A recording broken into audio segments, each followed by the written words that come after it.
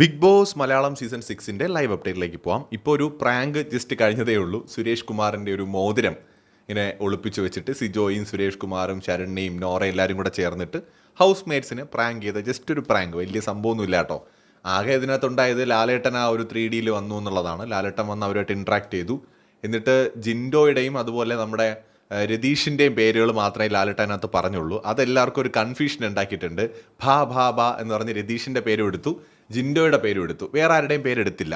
അപ്പോൾ അതുകൊണ്ട് അതൊരു കൺഫ്യൂഷനാണ്. അത് നല്ല ഉദ്ദേശത്തോടെ എടുത്തതാണോ മോശം ഉദ്ദേശത്തോടെ എടുത്തതാണോ എന്നുള്ളൊരു കൺഫ്യൂഷൻ ഹൗസ് മേറ്റ്സിൽ എല്ലാവർക്കും ഉണ്ട്. രതീഷിനും ഉണ്ട്, ഈവൻ ജിൻഡോയ്ക്കും ഉണ്ട്, ബാക്കി എല്ലാവർക്കും ഉണ്ട്. അപ്പോൾ അതിനിടയിൽ സിജോ പറയുന്നുണ്ട്, നീ പറഞ്ഞ ഫിസിക്കൽ അസോൾട്ട് അത് കള്ളമാണെന്ന് മനസ്സിലായി, അതുകൊണ്ടാണ് നിൻ്റെ പേരെടുത്തതെന്ന് പറഞ്ഞിട്ട് സിജോ ഇതിൻ്റെ ഇടയിൽ കൂടെ ഒരു ഗെയിമും കളിച്ചു. എന്തായാലും അങ്ങനെയൊക്കെയാണ് ലൈവിൽ ഇപ്പോൾ നടന്നത്. മോതിരമൊക്കെ പിന്നീട് അവർ പ്രാങ്ക് ആണെന്ന് പറയുകയും ചെയ്തു. ആവശ്യം പോലെ കണ്ടന്റുകളൊക്കെ ഉള്ളതുകൊണ്ട് തന്നെ പ്രാങ്കിനൊന്നും വലിയൊരു ഇമ്പോർട്ടൻസ് ഉള്ളതായിട്ട് എനിക്ക് തോന്നിയില്ല. പിന്നെ ഫണ്ണായിരുന്നു, കണ്ടുകൊണ്ടിരിക്കാം, അത്രേ ഉള്ളൂ.